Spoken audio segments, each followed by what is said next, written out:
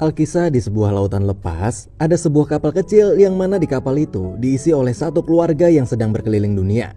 Saat itu, kedua anak mereka sedang terkagum-kagum karena melihat kapal besar dan mewah yang sedang melintas di depan mereka. Anak-anak itu lalu mulai membandingkan kapal kecil mereka dengan kapal besar itu. Tapi sang ayah dan ibunya lalu mengatakan bahwa harta dan kekuatan sebesar apapun tak akan pernah bisa membuat manusia puas. Sang ayah kemudian menyuruh mereka berdua untuk duduk, dan dia pun lalu menceritakan sebuah kisah dongeng dari negeri Arab yang akan mengubah cara pandang mereka tentang harta dan kekayaan yang sesungguhnya. Dan setelah itu, kisah pun dimulai. Di sebuah negeri Arab yang bernama Agrabah, ada seorang pemuda yang hidup sebatang kara karena kedua orang tuanya telah meninggal dunia sejak ia kecil. Kini ia hanya hidup berdua dengan seekor monyet yang sangat pandai dalam nyopet. Oke, Aladin ini terkenal akan keahliannya dalam mencuri. Setiap orang yang berjalan berpapasan dengannya pasti ada aja barangnya yang hilang.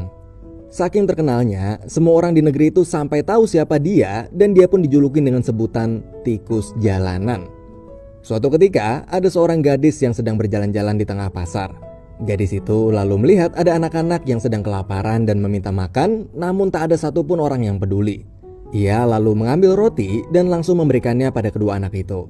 Nah, karena hal tersebut, si pedagang pun langsung marah dan meminta wanita itu untuk membayar roti tadi, tapi wanita itu nggak megang uang sama sekali. Aladin yang mendengar keributan itu pun datang dan mengatakan pada wanita itu untuk memberikan gelangnya sebagai bayaran roti tadi, tapi wanita itu menolak karena gelang itu adalah gelang yang sangat berharga baginya. Tapi di situasi yang sudah terpojok, Aladin pun berkata bahwa "Trust me." Yap, saat mereka berjalan pergi itu, Aladin pun langsung menunjukkan gelang wanita tadi yang ternyata udah diambil lagi sama dia. Namun pedagang tadi sadar dan langsung meneriaki maling sampai para petugas keamanan mengejar mereka. Singkat cerita, mereka berdua akhirnya lolos dan sampai di rumahnya si Aladin. Di sana, mereka berdua kemudian saling berkenalan dan bercerita tentang kehidupannya masing-masing. Yang mana Aladin menceritakan kisah masa lalunya yang kelam. Namun ada sebuah kebohongan. Wanita itu berkata bahwa namanya adalah Dahlia. Dan dia adalah pelayan istana yang melayani putri raja. Padahal nama aslinya adalah Santoso. Maksud saya Yasmin. Dan dialah sang putri raja itu sendiri. Hal itu ia lakukan agar dia gak ketahuan karena sebenarnya seorang putri raja gak boleh keluar dari istana. Perbincangan itu terasa sangat spesial bagi mereka karena sang putri baru pertama kali merasa asik dan nyaman ngobrol dengan seorang pria yang selama ini ia tak pernah rasakan saat ngobrol dengan para pangeran-pangeran yang dijodohkan dengannya. Tapi pembicaraan mereka harus berakhir dan Yasmin harus pulang karena lagi ada rombongan pangeran dari negeri lain yang datang buat ngelamar dia. Saat Yasmin ingin berpisah dengan Aladin, ia meminta gelangnya yang tadi diambil Aladin. Tapi pas si Aladin memeriksa sakunya, gelang si Yasmin itu hilang. Di situ Yasmin akhirnya salah paham dan berkata bahwa dia menyesal udah percaya sama Aladin. Karena bagaimanapun juga Aladin tetaplah seorang pencuri jalanan. Oke, sekarang kita kenalan dulu sama orang-orang di istana ini. Di situ ada sang sultan yaitu ayahnya Yasmin, ada Dahlia yaitu pelayannya si Yasmin, raja yaitu si kucing oren peliharaannya Yasmin, pemimpin pasukan kerajaan yang bernama Hakim, penasihat kerajaan yang bernama Jafar, dan tentu aja si tuan putri, yaitu si Yasmin sendiri. Di acara itu seperti biasa, Yasmin kelihatan gak tertarik sama sekali setiap ada pangeran-pangeran dari negeri lain yang dijodohin sama dia. Kemudian Jafar yang sedang di ruangan bersama dengan Sultan, di situ kelihatan Jafar lagi mempengaruhi sang Sultan dengan tongkat sihirnya agar ia mau menuruti semua perkataannya. Jafar ini sangat berambisi untuk memperluas wilayah kerajaan dan berencana menyerang kerajaan-kerajaan lain. Sedangkan Yasmin justru sebaliknya. Dia ingin agar semua bisa hidup damai dan saling berdampingan. Yasmin juga berkata kalau dialah yang akan menggantikan sebagai sultan bila ayahnya ingin pensiun. Malamnya, Yasmin dikejutkan dengan kedatangan Aladin yang berhasil menyusup ke kamarnya. Di situ Aladin hanya ingin mengembalikan gelang Yasmin. Dan dia juga menjelaskan bahwa bukan dia yang menyembunyikan gelang itu, namun si Abu atau monyetnya Aladin. Setelah perbincangan yang membuat Yasmin kagum dan tersipu malu, Aladin pun akhirnya pamit pulang. Tapi Aladin berkata bahwa besok dia akan datang lagi dan menyuruh Yasmin untuk menunggunya di air mancur di bawah sinar bulan malam yang indah. Namun saat Aladin berjalan pulang, tiba-tiba surprise motherfucker. Keesokan harinya Aladin dibawa oleh Jafar dan pasukannya ke sebuah gurun. Di sana Jafar yang kagum melihat kemampuan lihai Aladin dalam mencuri dan menyusup itu pun berusaha untuk memanfaatkan Aladin dalam memenuhi ambisi pribadinya. Jafar berkata bahwa dulu dia juga adalah seorang pencuri jalanan lihai seperti Aladin. Namun bila Aladin mau patuh sama perintahnya, Jafar menjanjikan Aladin sebuah jabatan dan kekayaan. Semua itu bisa ia dapatkan bila Aladin berhasil mendapatkan lampu ajaib yang letaknya berada di dalam gua. Malam harinya, Yasmin di situ masih terus menunggu Aladin. Namun Aladin tak kunjung datang. Di depan gua, sebelum masuk, Jafar berpesan pada Aladin, di dalam gua itu akan ada banyak sekali perhiasan dan berlian. Namun jangan pernah sekalipun tergiur untuk mengambilnya. Tetaplah fokus pada lampu ajaibnya aja. Setelah itu Aladin dan Abu pun masuk ke dalam gua tersebut. Dan bener aja, pas mereka di dalam banyak banget berlian dan perhiasan yang bergeletakan di sana sampai si Aladin dan Abu berkali-kali nyaris tergiur buat ngambil. Tapi untungnya mereka berdua bisa saling ngingetin satu sama lain buat tetap fokus pada tujuan mereka. Saat sampai di tempat tujuan di mana lampu ajaib itu berada, Aladin yang hampir jatuh tiba-tiba dikejutkan dengan sebuah karpet ajaib yang bisa bergerak dengan sendirinya. Karpet itu seperti memberikan bahasa isyarat agar Aladin mau menolongnya karena karpet itu sedang terjepit batu. Aladin akhirnya mengangkat batu itu dan si karpet pun akhirnya bebas. Kemudian Aladin pun langsung segera melanjutkan perjalanannya untuk mengambil lampu ajaib yang berada di atas tebing. Namun saat ia memanjat tebing dan sampai di puncak, Abu di bawah sana ternyata terhipnotis dengan keindahan sebuah permata. Dan saat Aladin mengambil lampu ajaibnya,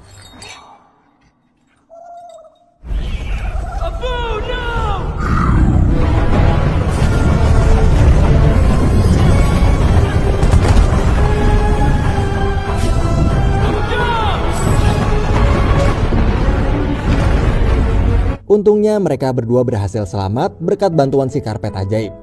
Tapi begitu mereka sampai di pintu keluar dan meminta bantuan Jafar, Jafar justru mengambil lampu ajaibnya aja, kemudian menendang Aladin dan Abu hingga mereka berdua jatuh ke dasar gua. Beruntungnya sekali lagi, berkat bantuan karpet ajaib mereka berdua berhasil selamat. Ternyata sebelum jatuh tadi, Abu berhasil mengambil lagi lampu ajaib dari tasnya Jafar.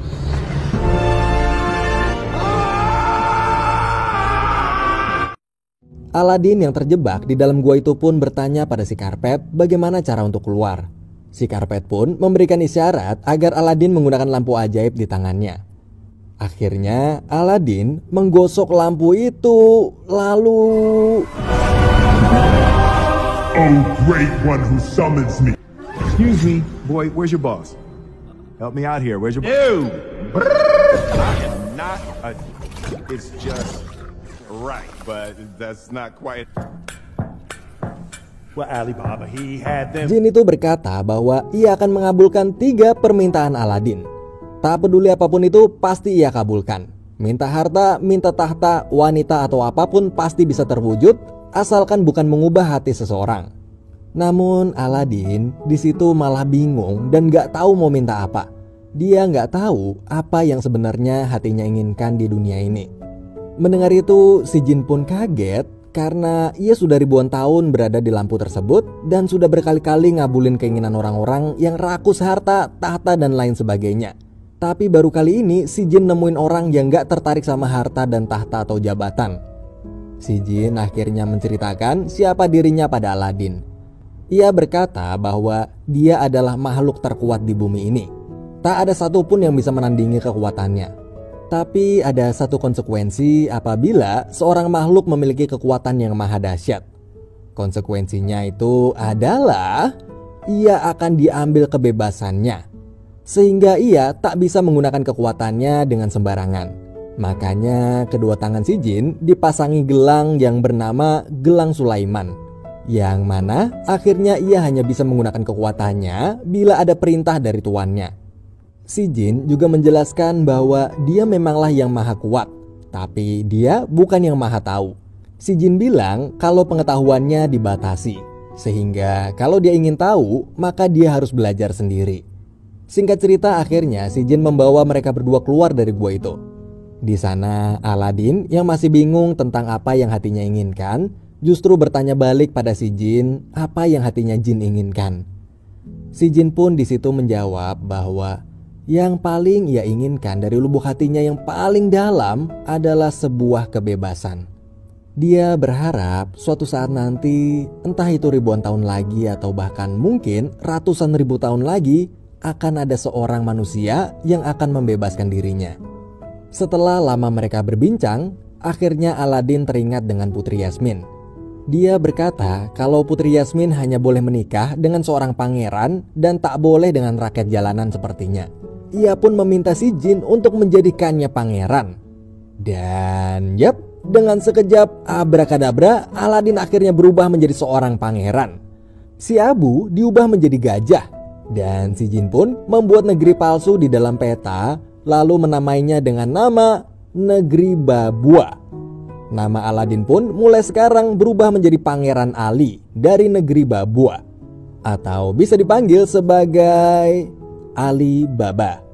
Akhirnya Pangeran Ali pergi ke negeri Agrabah, tempat Yasmin berada, lengkap bersama para rombongan dan harta benda hasil sihirnya si Jin.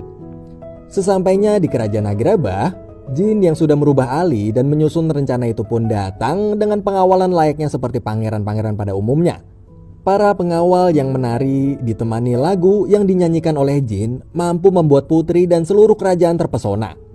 Akhirnya setelah sampai ke dalam istana, karena sihir Jin itu, seisi istana bahkan Putri Yasmin pun tak sadar bahwa Pangeran Ali itu adalah Aladin. Tetapi Aladin yang baru merasakan berbicara langsung di depan putri dan raja pun merasa sangat gugup. Saking gugupnya dia gak sengaja ngeluarin kata-kata yang nyinggung Putri Yasmin. Hingga sang putri pun langsung berbalik dan pergi meninggalkannya. Tapi pada akhirnya sang sultan mengundang Aladin untuk datang ke pesta perayaan untuk menyambut musim panen nanti malam. Malam hari pun tiba. Aladin yang sedang berjalan menuju pesta tiba-tiba dipanggil sama si Jafar. Mereka berdua pun akhirnya bicara empat mata. Di situ Jafar mulai menyihir Aladin dengan tongkatnya agar Aladin terpengaruh dan mau menuruti perintah Jafar. Beruntungnya si Jin yang saat itu tahu bahwa ada aura sihir di tongkat tersebut langsung segera menarik Aladin. Lalu Aladin dan Jin pun masuk ke dalam pesta. Singkat cerita, di pesta tersebut Aladin mencoba meminta maaf pada Putri Yasmin. Tapi bukannya membalas, sang putri justru mengajak Aladin untuk menari dan menikmati pesta malam itu. Dan akhirnya Aladin dengan bantuan sihir Jin itu pun menari bersama sang putri dan warga di sana hingga pesta berakhir.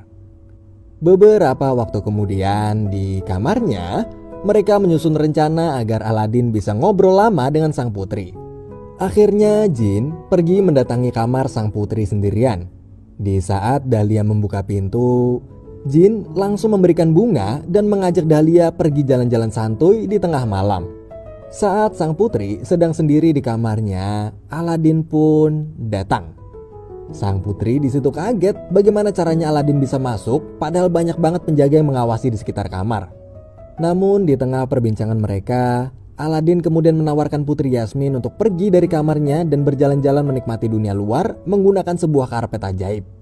Awalnya si putri itu kaget karena karpet ajaib yang dia kira hanyalah sebuah dongeng ternyata beneran ada.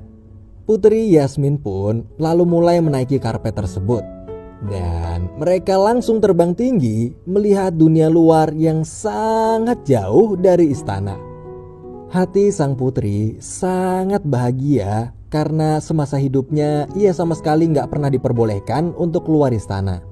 Di sana sang putri menikmati indahnya malam dan melihat pemandangan yang tak pernah ia lihat sebelumnya. Singkat cerita, setelah selesai berkeliling, mereka akhirnya berbincang sambil memandangi kerumunan orang yang sedang berpesta di bawah. Di situ Putri Yasmin sekilas merasa seperti kenal dengan Pangeran Ali. lalu memancingnya dengan sebuah pertanyaan tentang seekor monyet yang bernama Abu. Ali pun keceplosan hingga akhirnya kedoknya terbongkar.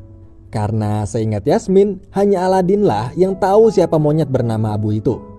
Tapi bukannya jujur, Aladin malah berbohong dan mengaku bahwa dirinya dulu cuman lagi menyamar sebagai pencuri jalanan aja. Dia yang asli sebenarnya memanglah seorang pangeran. Mendengar kebohongan Aladin tersebut, Putri Yasmin pun percaya. Kemudian Aladin mengantarkan Putri Yasmin pulang. Namun sebelum mereka berdua berpisah, Aladin pun mencium Putri Yasmin itu dengan sangat lembut, hingga membuat hati sang putri benar-benar bahagia. Di pagi hari saat Aladin dan Abu keluar dari kamarnya, mereka dihadang oleh penjaga yang diutus oleh Jafar. Aladin lalu diikat dan diinterogasi. Jafar yang sudah tahu siapa sebenarnya Aladin memaksanya untuk memberitahu di mana lampu ajaib tersebut. Tapi Pangeran Ali tak ingin mengaku bahwa dirinya adalah Aladin. Hingga saat itu juga Aladin ditendang dari atas istana hingga tercebur ke laut. Abu yang mengetahui Aladin dalam bahaya langsung segera mengambil lampu ajaib dan langsung menjatuhkannya ke laut. Akhirnya Aladin selamat. Akan tetapi dengan adanya kejadian tadi, kini hanya tinggal tersisa satu lagi permintaan yang bisa ia minta pada si jin. Sebelumnya Aladin udah minta jadi pangeran dan permintaan kedua yaitu diselamatin dari laut tadi. Lalu di situ jin menanyakan apakah janjinya si Aladin saat pertama kali bertemu waktu itu yang akan menggunakan permintaan terakhirnya untuk membebaskan jin akan ditepati atau enggak. Namun Aladin kini malah berubah. Dulu Aladin yang masih hidup sederhana sebelum menjadi pangeran sangatlah rendah hati. Tapi sekarang Aladin malah menolak untuk membebaskan si jin dan berkata bahwa dia akan menggunakan sisa permintaan terakhirnya untuk menikahi Yasmin. Mendengar itu, jin pun merasa sangat sedih dan kecewa. Karena ternyata Aladin sama aja seperti para tuan-tuannya sebelumnya yang haus akan keinginan duniawi. Beberapa waktu kemudian, di dalam istana, Jafar yang sedang berkumpul dengan Sultan dan Yasmin pun memfitnah Aladin dan berkata kalau kerajaan Aladin akan menyerang kerajaan sekutunya. Tapi tiba-tiba Aladin datang dan membongkar semua kebusukan Jafar.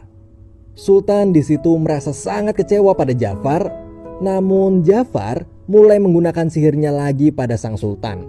Melihat itu, Aladin yang tahu kalau tongkat Jafar adalah tongkat sihir pun langsung merampasnya dan akhirnya sang Sultan sadar lalu langsung memerintahkan panglima yang bernama Hakim untuk menangkap Jafar. Tapi sayangnya saat Jafar dibawa ke ruang penjara, burungnya si Jafar berhasil mencuri kunci penjara tersebut. Di dalam istana, Sultan merestui hubungan Pangeran Ali dan Yasmin lalu menyuruh mereka untuk segera menikah. Sebenarnya Aladin ingin jujur bahwa selama ini dia telah berbohong tentang Pangeran Ali. Tapi akhirnya nggak jadi. Aladin yang kebingungan karena terjebak oleh kebohongannya sendiri itu pun akhirnya meninggalkan istana dan pergi ke rumahnya. Tetapi di tengah perjalanan, Aladin bertabrakan dengan Jafar yang sedang menyamar dan dari situlah Jafar berhasil mencuri lampunya Aladin tanpa Aladin sadari. Kemudian Jafar di situ langsung menggosok lampu tersebut hingga si jin pun keluar. Jin di situ kaget karena yang memanggilnya ternyata bukanlah Aladin. Singkat cerita, Jafar telah berada di dalam istana. Dengan sangat percaya diri, ia mengatakan kalau dialah yang kini akan menjadi penguasa di kerajaan tersebut. Sultan yang mendengarnya langsung memerintahkan Hakim untuk menangkap Jafar. Tapi tiba-tiba Jafar menggosok lampu ajaibnya hingga si jin pun keluar. Lalu Jafar meminta jin untuk menjadikannya seorang raja di kerajaan tersebut. Dan abrakadabra, permintaan Jafar dikabulkan. Di sisi lain, Aladin yang baru sadar kalau lampunya dicuri, ia pun langsung segera pergi menuju istana. Di istana, Jafar sebagai raja baru memerintahkan Hakim untuk membawa Putri Yasmin keluar. Namun di tengah perjalanan, Putri Yasmin berhenti dan memanggil Hakim.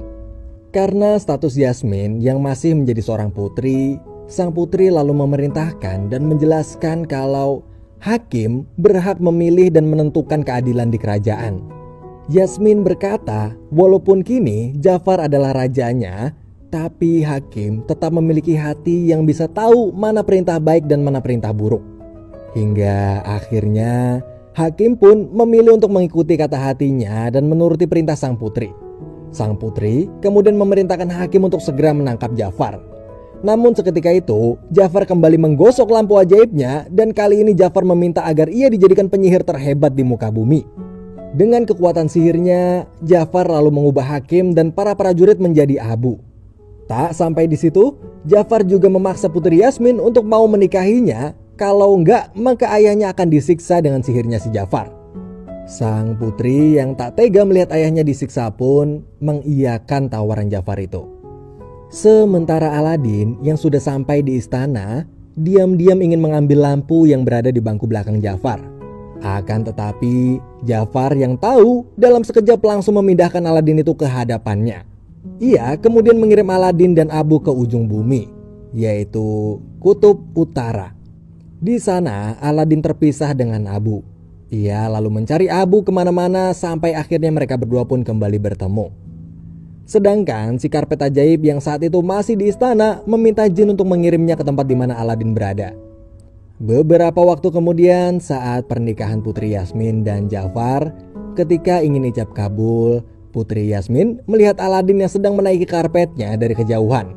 Ia lalu memberanikan diri untuk mengambil lampu si Jafar dan langsung loncat dari atas istana. Dengan cepat Aladin menangkap Putri Yasmin hingga mereka pun berhasil kabur. Jafar yang kesal kemudian mengubah burungnya menjadi burung besar yang menyeramkan untuk mengajar mereka.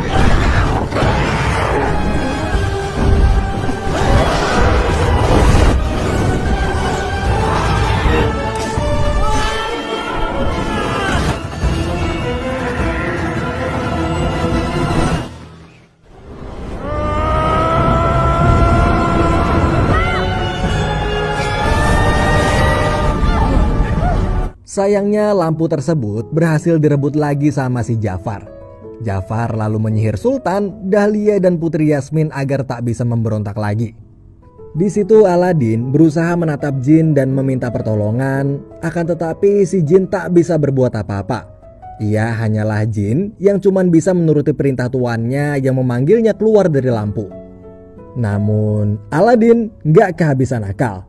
Ia lalu mengatakan pada Jafar bahwa kekuatan Jafar yang dimiliki saat ini itu adalah pemberian dari jin. Bagaimanapun juga, jinlah makhluk terkuat di bumi ini.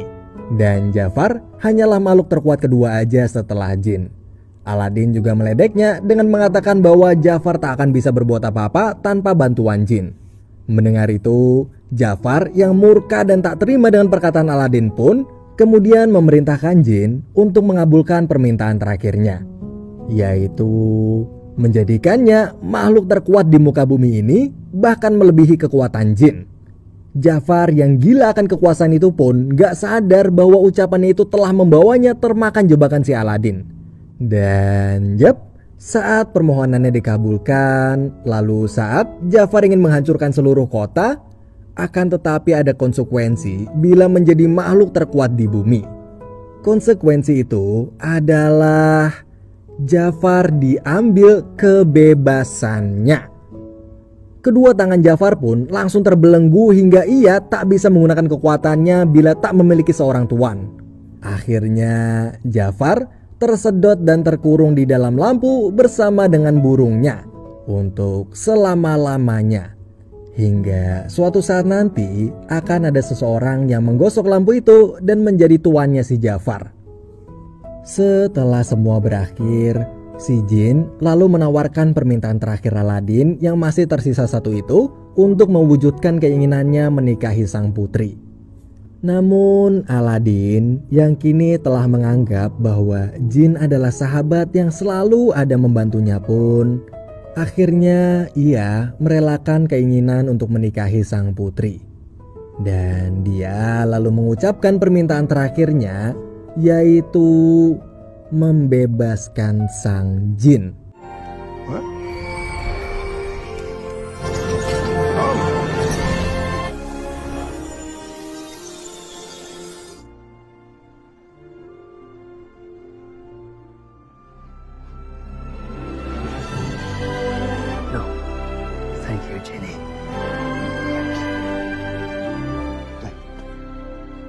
Kini Jin telah sepenuhnya bebas.